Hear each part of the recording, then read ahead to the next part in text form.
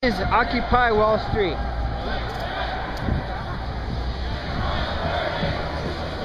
They're having an assembly.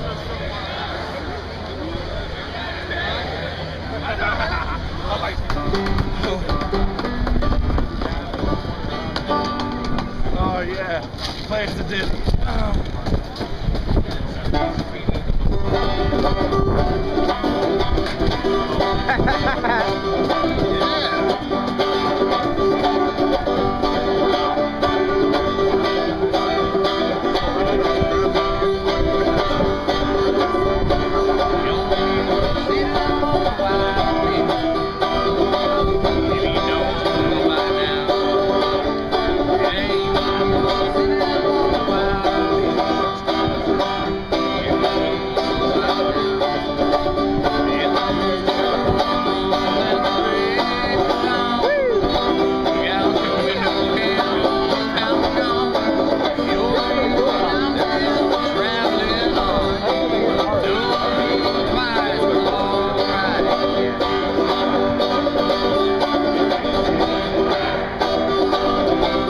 Interview this man about what's happening here in New York. So, you agree, disagree with them, or what's your take on this? They have mixed opinions. They haven't come to have. They don't actually have a leader, which is what makes them special. Special? Well, normally, if there was a real organized protest, like the government was pushing an agenda, they would have a leader that would be set up to lead. But these people, they elect their own leaders. They're doing what our forefathers did 200 years ago when their system was corrupted by the British Empire and their banking system. Now, our banking system has become the British banking system and has corrupted everything and is causing a 9.5% unemployment rate, and people are angry. This is the result. This is what happens. Now, they aren't shooting people yet, but... Okay, then would you like to retort? So what is, like, defecating on police cars, breaking shops, attacking the police, what that have to do with, you know, the banks? I don't understand that part. Or do they not represent that all the violence that's been going on? Urinating on, you know, street vendors, I mean, all kinds of stories, you know, what they've been doing. So that's one fraction of it. Dude is standing by the World Trade Center. You know, look for yourself. Look for, we're here. Okay. Oh no, but no. Reminds you though, this is like after they cleaned up all the tents and all that stuff, all the free sex, drugs, you know, yeah. So this is the benign, you know, image of it. They had a library. They had power generators. Okay. So okay. They had latrines. My thing is, what is their goal? Their goal is political change. Just like okay, but that's so vague. What does that mean? I need like specifics, like they want this eliminated or that. Let's go in there and find out. Yeah, let's go ask. Let's go ask. What I'm inspired by is you guys are standing up and actually fighting the fight, and for your rights that, you know, you should have. And not just for us, for everybody that can't make it here, for you, for him, for that guy that's his wife and kid that's at home, that's, you know, all they see is this shit on TV, you know. If I have to sacrifice myself to come out here every day in the rain, snow, sleet, hail, and the snow and the fucking cold, if I can change just one person's mind to get up off the couch, to stop watching just TV, put a bumper sticker on their car, read a book, get out, put a fucking sign in their yard, you know, then I feel that I've done, you know, then I've done my good deed, you know. You know, there's not just any certain face of this movement. I mean, it's everybody. It affects everybody all over the world. So if I can change just one person's mind to gain more people for the movement, then I've done my job. Then all my work out here, you know, in the rain and the snow has done me some good. So I'm out here to represent everybody from my neck of the woods and everybody else that can't make it here. So just to help them out by standing up for their rights. Exactly. Regardless if it's police brutality or whatever, yeah, I might run away, but I'm coming back tomorrow. Understand. You know, so it's not a problem. You know, they don't bother me anymore. After their complete lack of respect to everybody out here, I have no more respect for them. So I will show up every day, regardless of what the weather is, how cold it is, or snow, or whatever, just so I can stand up and preach my beliefs and stand up for everybody else that can't make it here. So what would you say, is there a main focal point, like issue? Well, there are so many different things that people are protesting for down against here, you know, for better health care, for better this, for better that. Our basic message is to get the power back to the people instead of the 1%. Yes. You know, everybody, you know, these big corporations should not be, you know, run by CEOs and stuff like that. They should be employee owned, not corporate owned. You know, everybody should have a say-so, whether it's the CEO or whether it's your janitor or your doorman. You know, everybody should have a say-so. Everybody should be a shareholder in every company across the nation. So that's what I'm out here standing for. I'm out here to preach against a lot of different things, but mostly get the power back to the people. I don't know. We were here before the raid. I've been here for like 5 weeks. Ask me a question and I'll answer it. Okay. Well, were you actually there for the raid? What happened I was. that day? Well, the day was typical. It was just all of a sudden the lights went on and there's like hundreds of cops with riot gear. So you're like, okay, it's a raid. It's really happening. So we got our stuff together and it was like you had to figure out, are you going to stay? Are you going to go? And I stayed. And the kitchen was in the middle, and we all, like, there were people that locked themselves to things in the kitchen, and then people that sat around the kitchen, you know, with locked arms and legs and stuff, and then the police just took all the tents down and all the stuff and threw it in dumpsters and worked their way towards the middle, and then when they got to the middle, then they started pulling us apart and arresting us. Well, they started punching here? Yeah, they started punching people first. dragging us through the... So why do you think they raided you? Why do you think that? Because they wanted to. I mean, is there... No. What do you mean? What do you mean? Because that was... No, because let me explain something. He might not say it, but he has an opinion that the First Amendment has a limit based on public safety. Yeah, I told him, okay, you have the right to say fire in a movie theater, but that's illegal. That's against the law. That's what I meant. Look. So what do you mean? There are no set... There are many a time when during the encampment we would tell people to come in here. We would ask cops to come in here to take care of public safety, and they refuse.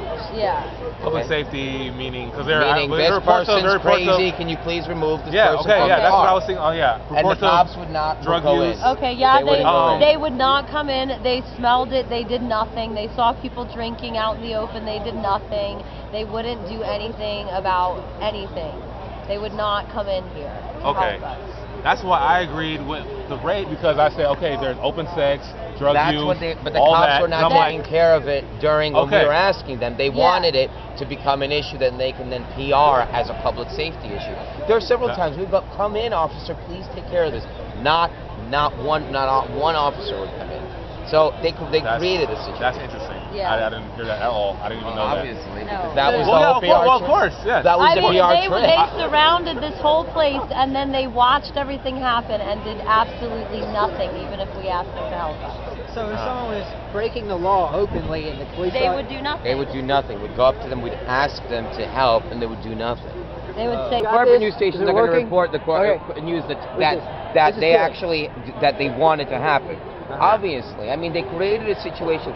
From my understanding, the community board, and I think you can find this in the Village Voice, the woman who's on the quality of life for the community board in this district, said in the Village Voice article, to my understanding, something along the lines of, she wasn't angry at the protesters, the occupiers, she was angry at the police officers in Bloomberg for not helping out the situation in the park.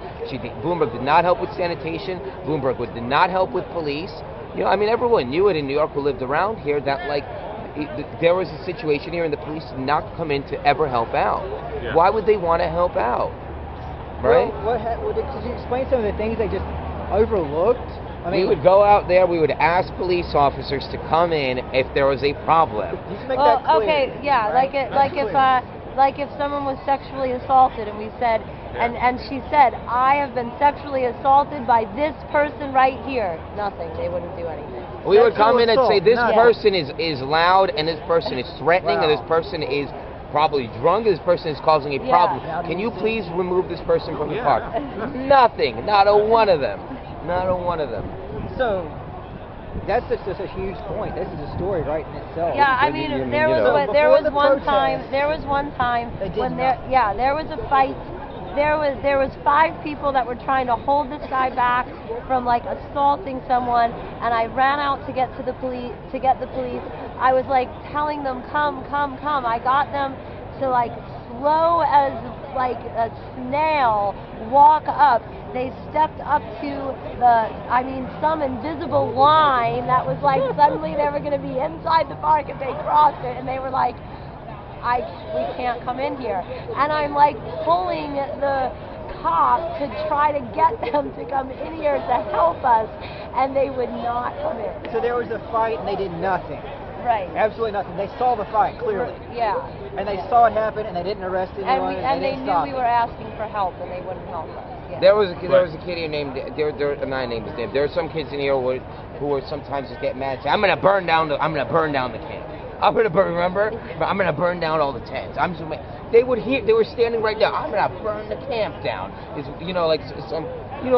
weren't completely mentally stable. They weren't bad people. Yeah, I mean, and the cops are standing there, did nothing. Yeah, there were times when I went out to them and and the guy had a knife. You pulled a knife on us 3 times, and I'm telling the cops this, and they will not come in. Yeah, but you understand, they take their orders from their bosses, right? Right. Yeah, police chiefs and the mayor. Yeah, so the police not come in the park. Exactly. So not the police. Of course the police want to arrest them. Okay, but I'm talking about people who are on the grounds. Of course they want to. Of course they want to arrest somebody for sexual assault. Okay, so your question was the public safety issue. Yes. This was a fabricated issue. You know what I'm saying? There would have been no public safety issue if the police, who actually work for me, they work for me. I'm their motherfucking boss, and I tell them that I'm your motherfucking boss. You work for me. We would have to call 911 if we wanted the police to help us. Yeah. Yeah, we would have to call 911. Yeah, I'm saying I blame. There's cops standing all around us, and we have to call 911 to get a cop to come here and help us. Because they would not come in the park. And even then, they would come and the cops outside would send them away and tell them just to go away. You serious? Yes. So somebody calls 911, and you're saying this, and you swear, someone calls 911 and says there's a rape or something here. Right. No police response. Right. And the police would send them away. Right. Did you just tell that story clearly? Yeah. I mean, we called, on numerous occasions, we called 911, and they would not come and help us. She was part of community watch. They would come, or an ambulance would come, the police would send it away and tell, no, there's no problem. You don't need to stop here. We had to call an ambulance 4 times, and still they did not come to help us when we had a mentally ill person in the camp causing problems. Wow. That's good news. Interesting. That's not being reported, of course. There you go. You guys reported. You know, and same movements like this make the real journalists. The ambulance never came. We had to let that person stay in the park and deal with that person all night because the ambulance would not come after we called 911 4 different times. Wow. Yeah. So what happened is everybody here was being painted as a people that were sexually assaulting people, dealing in drugs, defecating and all that. When I saw that, and that's all they're reporting on, I'm like, whoa, those people are crazy. Most people are crazy because, but then you tell me, it's a totally different, situation. So, thank you. All right. That was Okay. It's good. It's great. Great footage. That's great footage. That's a bombshell right there. That right there. That is some pretty big news. That's great. That's great news. The cops wouldn't do anything to help out. And they created a situation so they could break up the protest. That's what they wanted. That's what they fucking wanted. But I blame the police chief and the mayor because the police only follow who, their superintendents, the higher ups. That's true. That's true. Because the cops know that if they, on their own will, go and do something that's against what the police chief or whoever, what they said, then they're going to get, fired or whatever. So, like I said, it's the mayor. It's the higher ups, people above them. But the big news is they wanted the situation to get worse so that they could make up some excuse. They created the problem so they could create the solution. That is tyranny. That is horrible. That's absolutely against everything this country stands for, and I'm upset. Yeah. But I would say that happened here. I don't think that it happened here. It can happen anywhere. I understand that, but yeah. New York, but it's not. City. I understand that, but it's not Venezuela. It's not North Korea. Yeah. It's not nowhere close to that. But that was interesting, though. Think about it. They're saying they're taking away people's right to free speech by doing this. They're just stamping all over the Constitution, and it's really bad. Yeah. Well, right to Mayor Bloomberg. Yeah. Right to him. Right to the governor Cuomo, Andrew Cuomo. Right to him. It's happening here. It's happening everywhere. You got to think. I know what you're saying. I know philosophically. I know what you're saying. This is New York. If they let it happen here, than what happened anywhere. Yeah. This is a really well-policed city. So look, so basically today, and I talked to people that were basically not cuckoo for Cocoa Puffs, that were normal, that gave their perspective on what's happening here, and obviously. There's some things we haven't been told. Yeah, and I learned a little something today too. What'd you learn, Victor? I learned that the police of New York Are assholes. are assholes. Yeah. They will not respond to a raid because there's a protest, and their bosses don't want the protest to get out of control, so they can come in and stop it. It's wrong. Yeah. It's fundamentally wrong. I hate it. I agree. I concur. What about you? You think it's wrong? I totally disagree with their story. What happened? The police letting You heard section. eyewitness accounts. Yes. You can go get more. Huh? You can go get more. Yeah, Yeah. you know what? That would be interesting. If we find more people that back their story and Yeah. give us more, you know, Let's more go. Exactly. So let's see if we can find some of That's these the people. major news story. Kaden. Okay, we're here at Occupy Wall Street in the belly of the beast. You know. Kanan's favorite place, where he feels most strongly and passionate about all the issues. I disagree with most of what they're saying, but I agree with everything. We're like Hannity and Combs. Yeah, but this is history. This is fun. Actually, this is where it all started, I guess. With Cotty Park, whatever. Yeah, we don't really know. We don't whatever. We don't pay Bikini, attention. blah, blah, blah, blah. I don't know. Yeah, but this is cool. So let's watch this guy play banjo. Yeah. Are you press? I'm sort of like Associated Press. Are you registered with the police department? One police sponsor? They make everybody register. Press says it's bullshit. The press doesn't mean anything. The police department makes you go over there, but they just they fuck around with you. You know, that's what they do. I'm not pressed. I'm exercising my personal. I've been doing this for 30 years. When they didn't have a press. What is the press's angle on Occupy? Well, presently, what the authorities have been explaining is that the Occupy Wallstreet has actually occupied a park illegally. Well, they have it. They have And that they are actually causing all sorts of problems with noise, health problems. The neighborhood, businesses in the neighborhood are failing because of the Occupy Wallstreet. You know, abusing their services, going to the bathroom, breaking in bathrooms and things like that. This is the kind of news that I've been reading in the newspapers, especially the New York Post. But the whole angle of Wall Street, at the Occupy Wall Street, it has not really been defined because most of the television stations, they're still wondering, they're still trying to find a point of this occupation. They want to know one point only. But it seems to have many points. You have the financial problems. There are many problems. You got many problems. The health problems. All kinds of problems are being thrown into the mix. Yeah. But I think, in my opinion, that will be solved as time goes on. It doesn't matter if it's new. I haven't heard it. Cool, okay, well basically the whole thing that really got this thing started in people's interest is the Goldman Sachs deal. Now Goldman Sachs basically runs the world when you really think about it. The fact that they are the ones that are raising and dropping prices of corn, agriculture, a lot of different staples for a lot of different countries. This affects millions of people, billions of people across the world.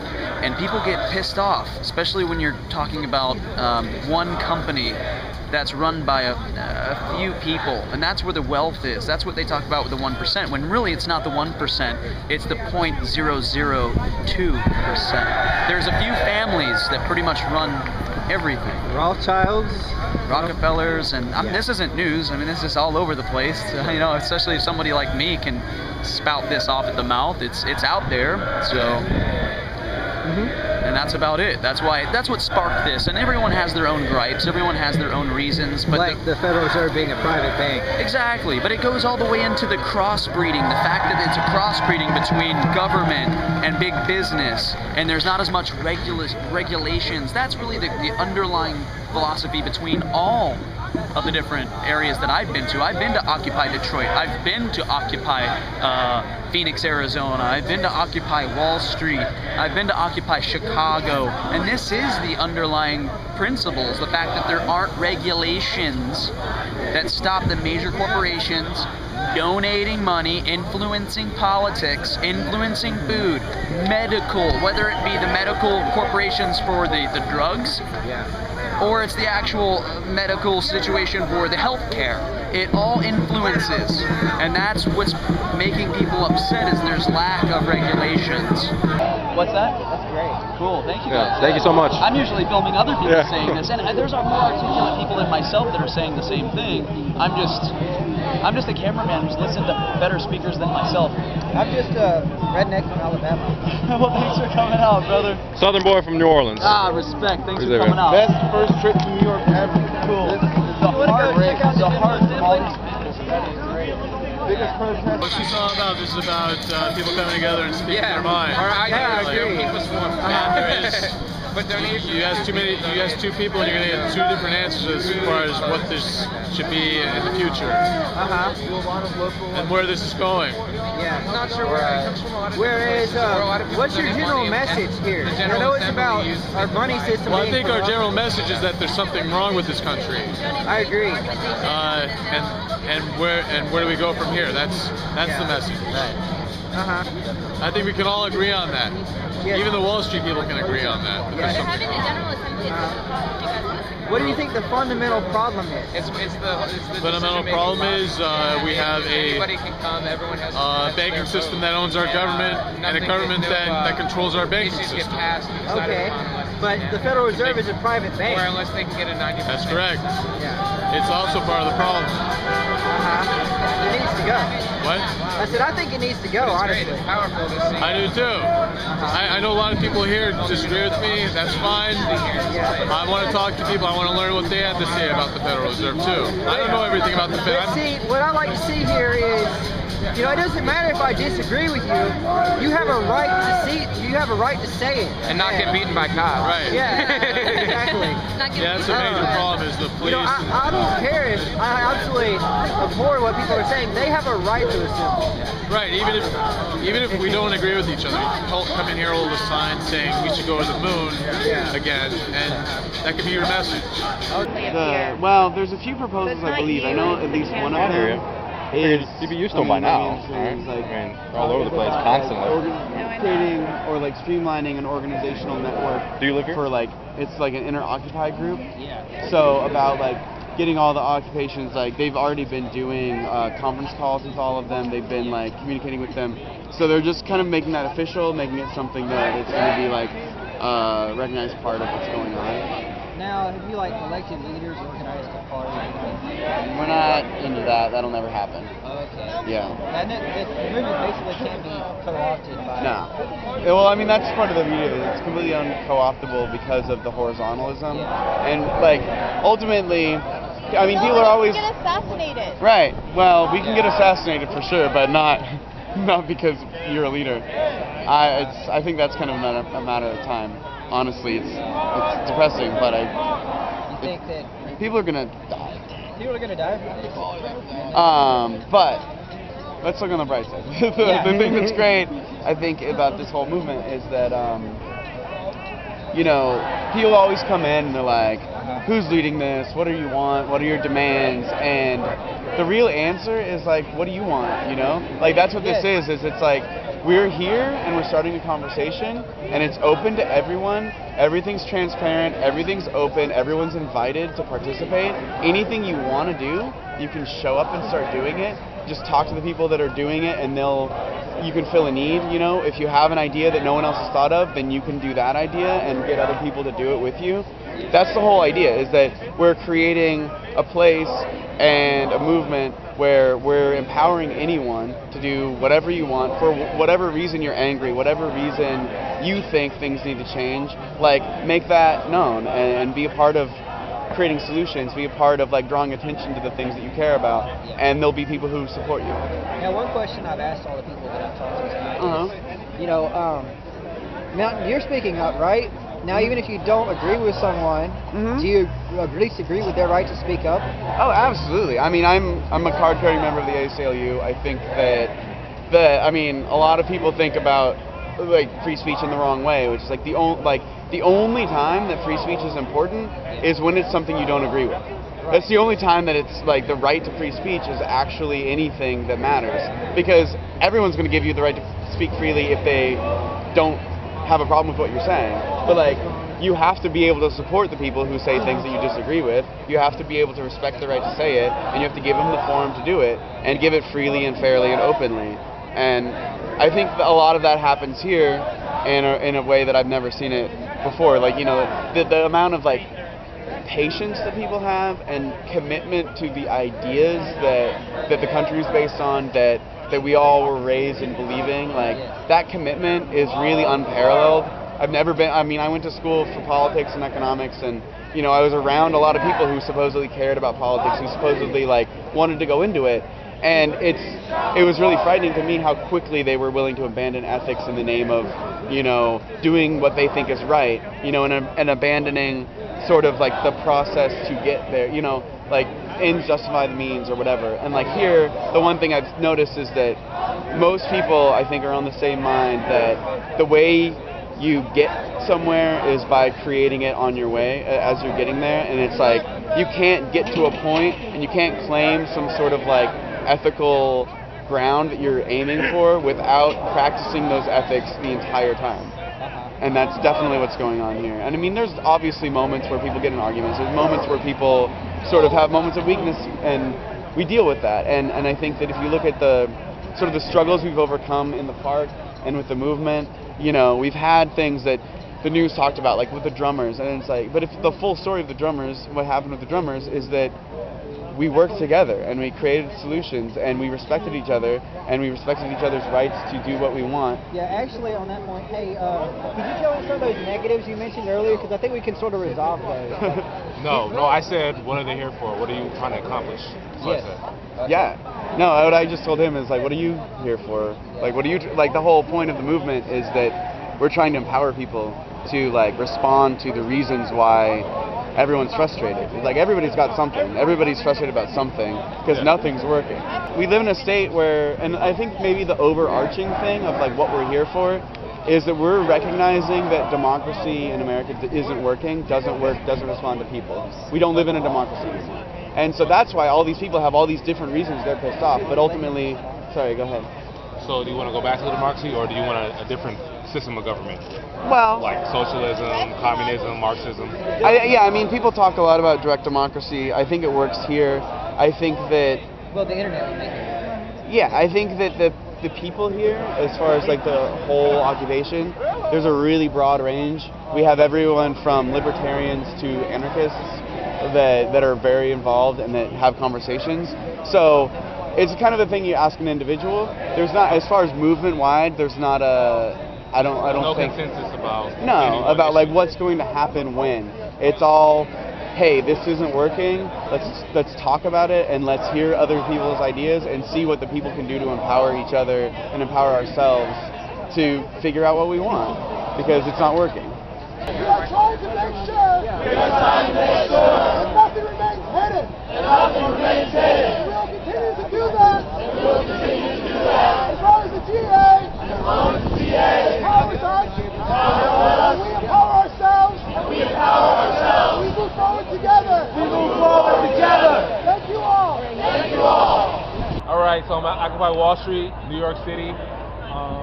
I just had an interesting conversation with a guy who believes in what they're believing in, but he's not as extreme. He said, you know, conservatives, Republicans, liberals, whoever could come here, basically an exchange of ideas. And so now I know that, I did know, but now after talking to somebody, I know that everybody's not crazy. Everybody's, you know, doesn't have the opinion of, you know, completely get rid of government. That guy, he just believes in, you know, the, freedom of speech and the right to freedom to assemble, and yeah, that's all I gotta say right now. All right, well, hold on. Let me introduce. I have a flight tomorrow. Hang on, wait. We gotta introduce you. This is our newest coworker, Andrew. Andrew, he's actually the one that encouraged us to come down here. and stay a little bit longer than what we wanted to. We just wanted to come check it out for a quick second. Glad you did. Oh yeah, absolutely. That's great. So, Andrew, we just got finished interviewing that gentleman. What did you get out of it? I got that this is really going to be a game changer. It's really, right now we've had all this since 9/11, all these horrible events happening that have changed our country. We've gotten into where we're literally living in a police state, where everything we do is subject to the approval of the government. Even what we say, as you see here, where these people get together and are just assaulted, like the guy is saying, just for speaking out. And you know, it's not so much that if you agree with them, I think, it's that you agree with their right to be here, to stand out and speak up and to say what they need to say. Somebody said, I forgot who said it, but it said, I mean, I agree with what you say, but I defend your right to say it. Yeah. So you know, some of the things they say over here, I don't agree with it at all. But of course, I agree with them saying it. The freedom of speech and that right to express their opinions and ideas. And that's what the story I came down here to get tonight was that even though these people might not agree on everything, they work together and everyone has a chance to be heard. I mean, wouldn't that be a better system? I agree. Yes.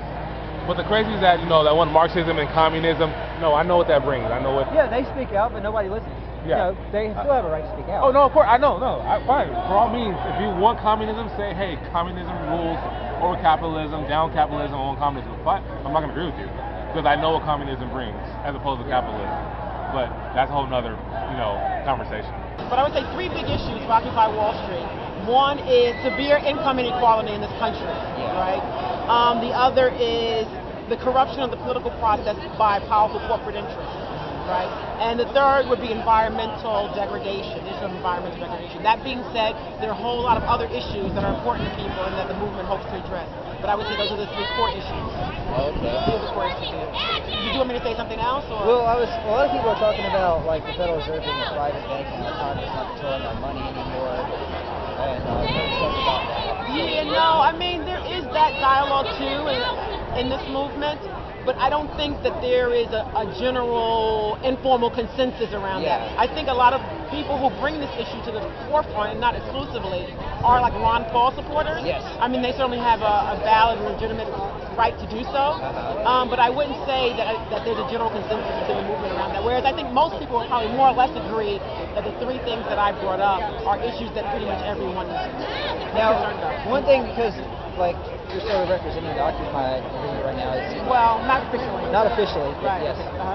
Is that since you speak up, do you, even if you don't if you disagree with what someone is saying, do you support their right to speak out? Oh, most definitely. Yes. Most definitely. That's a core. That's what I saw here. Is like, you know, even if I don't agree with everything that goes on at Occupy, I most certainly support their right to speak up. Oh, most definitely. And I think it's about improving democracy. Yes. Improving democracy is to get as many voices as possible to the table. And those voices don't have to agree, but they should have an opportunity to be heard. And if you look at the government and you look at corporations, like, you can't just blame them because we've empowered them through our apathy, through our like lack of caring about what we buy and where that money goes, and when we buy something, what they're donating that to, and like whatever. Like, the point is, like, we've been seduced by the comfort that corporations create, that banks create, the like convenience, like there's this seduction in it, and we've been put to sleep. And we've basically, in the absence of our activism, in the absence of our like actually going out and doing things like this, they've you know seen vacuums and filled them, and that's what, like, we're complacent in that as well. And like, you know, every time you buy a vegetable in America, you're supporting migrant labor because the prices for vegetables in America are ridiculously low compared to world standards because we exploit labor. And like when you know, like everything you do, like when you're going to the bank, and like I have, you know, when you're going to Bank of America because it's convenient, because they have a lot of ATMs, like you're supporting all the things that Bank of America does. You're supporting the bailouts. You're supporting the way that they've restructured bankruptcy law to make it so that student loans can't be bankruptcy protected. Like, you're supporting that, and that's what we're here to talk about too. Is like, we're moving out of the system. You know, we're making the choice to say, you know, we're going to stop empowering that system. We're going to start holding those people accountable, because it is our job in democracy to hold our leaders accountable, to hold corporations accountable, and to also be accountable for our own actions and the ramifications of how we do things and how we conduct our lives. Okay. So yeah, what we're here for, like what we're doing, is giving a space for this conversation to happen. Yes. Because in like 2 months ago, if I saw you walking on the street, we would not be doing this right now. Like, you know what I mean? Like you even, you know, it doesn't matter. Like, we're creating spaces for people to start thinking about these things and to see these ideas that everyone has different ideas. And you can talk to an anarchist and you can be like, hey, what's your deal? And you can talk to someone like me, or you can talk to a Republican, and you get thinking about it, and then you discover what you actually believe and how you can be a part of representing what you believe in your life. And that's what we're here for. I think to me that's the most impressive so far, is that there is, like, of all the different things that people believe in and all the different backgrounds and people who, you know, are into overthrowing the government and creating a communist state or whatever, no one in Occupy Wallstreet has initiated any sort of conflict with police. We've had batons shoved into our. I had just the other day a police officer pinned me against the wall with his baton into my kidney and yelled at me to move while he's pinning me against the wall where I can't move. And we haven't responded violently. We haven't responded. You know what I mean? Like, that to me is the most impressive thing that demonstrates that we're all in it for something bigger than what we believe personally. It's about what needs to happen for everyone and about all of that. And it's really, it's beautiful to watch. Like, because I've been a pacifist for a really long time. I've been committed to that, and I always thought of it as a minority thing. But to see all these people from all these different places finding that common denominator is really, really incredible. And it's empowering. That's what's given us so much power, is that when we get beaten, we don't beat back. When we, and it just makes it bigger, because it reveals the brokenness of the system. It reveals the police state. It reveals the fact that the police are not here to protect people, to protect civilians, to protect the Constitution. You know, they're here to protect the banks. And, you know, the eviction was a really huge example of that. Is like, they violated our First Amendment rights and our Fourth Amendment rights for nothing, you know, for the fact that the banks didn't like what we were saying, or Chase Bank donated $4.5 million to the NYPD. It was the largest donation, and it was right after the occupation, after the Brooklyn Bridge arrest. Chase Bank donated all this money to the NYPD. It's it's really becoming clear whose pocket they're in, and I mean that's why nonviolence is really powerful, and people are all on that page, which is great. Now, what do you think about the news blackout? You don't hear stories like this, like what you're saying on the news at all. Well, you look at, sorry, go ahead, sorry. Here's what normal people are saying right here. When I watch TV, I see Occupy Oakland, I see, people, like I said, defecating on police cars. That's what they're showing. They don't show people like you, who are here for, it seems like an exchange of ideas, just to, Yeah, for me, I think Oakland is a special case because the history of Oakland is really intense regarding police civilian behavior, going all the way back to the Black Panthers and even before that, Oakland has a history of police brutality, of people being under this system and this constant conflict with police. And so kind of what happens in Oakland is it's not in a vacuum, essentially. And so you can look at that and project it on the movement because they're a part of it, but at the same time you have to take the context, I guess. That's how I see it. But as far as the media blackout thing, I think that, again, it gets to sort of the explaining the police behavior is you explain it by looking at who's holding the reins, who controls the media. It's all the people that were here protesting. So obviously they're not really going to be eager to jump on the bandwagon or to give us a fair shake in the news or to really go out of their way to hear our side. It's coming out anyway, but it's slow because there's a huge bottleneck in the media that is all about corporate power and government control and stuff like that. We're revealing the fact that there's no free speech, and so if we're revealing that, part of how it gets revealed is the fact that no one's talking about that because there's no free speech. Do you really mean that though? No free speech? Not no free speech, no unpopular speech. Yes, no unpopular. No unpopular speech that isn't instantly demonized. Like, the initial response to this protest was like, they would come down. I was here the first week, and we were having a GA just like this, where it's really clear that this is where everyone is, this is the conversation that's happening, this is the process, this is what we're here doing. On the other side of the park, there was some crazy guy with a sign that said, Google is Jesus, or something like that. And there was a news van only interviewing this guy at the opposite end of the park. And that's just sloppy journalism, you know? It's like, obviously the story's here, it's not that guy. And so, that's what I mean, it's like, they're gonna look at the speech. It's not free speech if the only thing they're looking at is the headline, you know? If the only thing they're looking at is like their corporate interest in like telling the story their way. I'm gonna be. It's up to you. It's up to you. Do one of these. Mic check. Mic check. This group formed organically. I did not mic check. Into an empty space. You remember. The General Assemblies. First formed against that wall. And then moved to this location. Over a period of 3 weeks. There were certain logistical difficulties. In getting people from the outside of the crowd.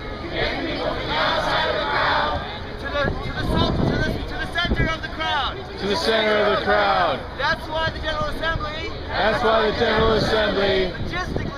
Logistically. Started to move here. I found it fortuitous. Lucky. Or organic. Let's move here. But because I don't want to be vital, I now encourage you. Prove anyone wrong. It says I was trying to hijack anything. And participate in the General Assembly. Mic check.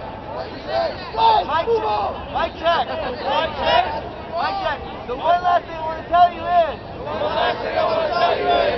facilitator has the word facile in it.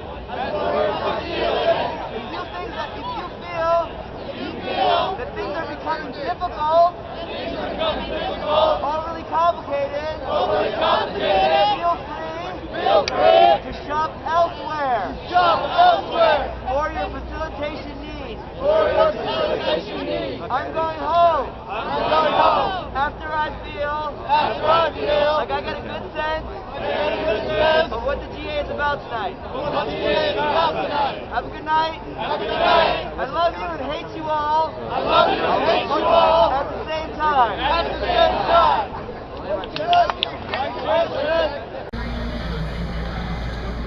That's about what I was trying to say with the molten metal. This is the new World Trade Center, and there's the new World Trade Center 7, which last time fell down by itself. Pretty impressive. Yeah. Yeah. See that right there, Russ? See that concrete?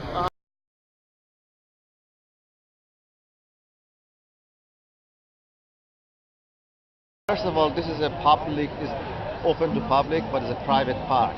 Yeah. So they said that you are not supposed to sleep here, which is the right thing. You cannot bring a tent here. In the beginning, the first week, the second week, in the heavy rain I was here, we were not even allowed to have the tarp to cover ourselves in the rain. The cops used to come, if you had one stick to keep like kind of protecting from it, cops used to come and say, there is no erection, you cannot have anything erected here. So removed it, very bad. Now eventually people brought the sleeping bag, tent, and this grows and grow as a result. Undesirable people came that I don't want to put them in the category. Many of those harmful people that just came here for free food and do the fucking in the tent and do the pollution and without any intention to serve the cause, which is a magnificent cause. Yeah. We admire this location because at September 17, a great, magnificent movement was born here, especially at this location, which is a global impact. Now, it starts after the second week, internally get corrupted, to that point of the 2 weeks ago, without saying, I wish if the fucking bulldozer came and just clean up this place, as it was that bad. There was no room, there was fight going on, there was all the thing that you heard was going on, drug was going on, and that's a human nature anyway. Yes, but my question is, most importantly, before the protest, did the police do anything to stop it? Nothing. There is more than that. Let me go further than that. Actually, we believe that all those undesirable character was dumped into this group by the NYPD in form of drug addict, drug user, the violent people that just coming from jail. I was saying they were moles. Yeah, and also, yeah, that is their design in order to corrupt us, and they did a good job. That's that it was. So to get to that point, and then here you couldn't, you know, the security was so bad. The woman was attacked. Many people, forget it. You can talk actually if they want. I would show you some woman that was attacked actually. Oh, that'd be wonderful. If I see her. But the police did nothing, right? Police, we didn't allow police to come in here because we had our own security here. For example, I arrested 2 people in early weeks. Wow. Okay? Yeah. Okay. Now because they were stealing. And later on, we needed a security of maybe 100, 200 people here, and we couldn't provide. So everyone needed to be responsible. Everyone needed to be security, and even with that, there was violence going here. That they were not belonging of any of this movement. They were outsiders. Garbage, trash, fucking pollution.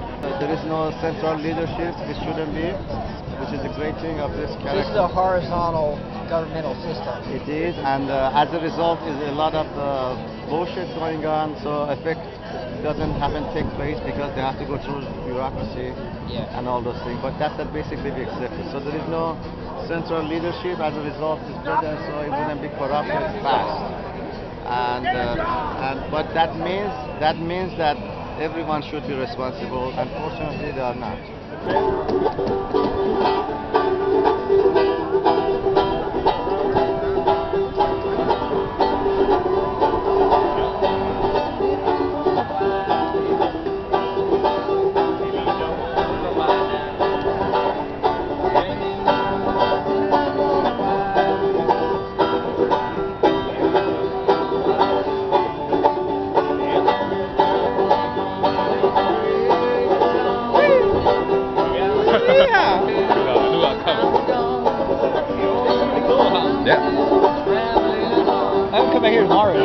We can get a little bit closer to the middle if you want.